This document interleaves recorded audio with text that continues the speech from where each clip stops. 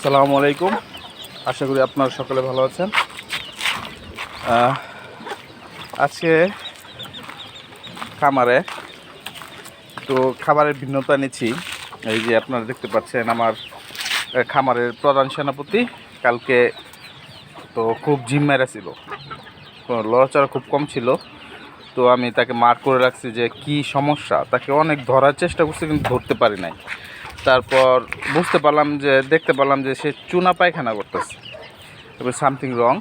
তারপর রাত্রে টেস্ট করে দেখলাম যে না, মোটামুটি ভালো খাদ্য খাইছে, পেটে সমস্যা হয়েছে। আর একটা বিষয় হইতেছে দেশি মুরগির কিংবা অন্যান্য মুরগির প্রায় যে রোগগুলো হয় প্রায়গুলোই ছোঁয়াছে।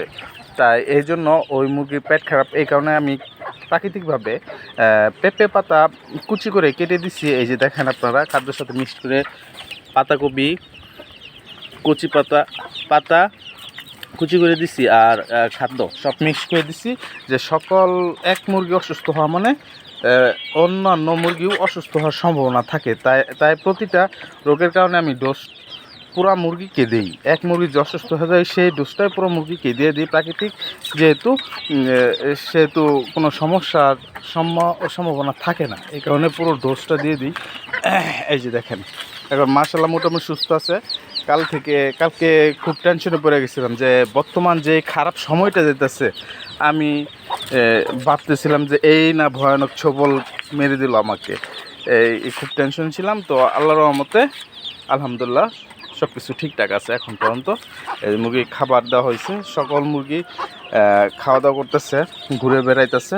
ও আরেকটা জিনিস আপনাদেরকে দেখাই, আমার এখানে নতুন যুগ হয়েছে আপনার বলেন তো এটা কি?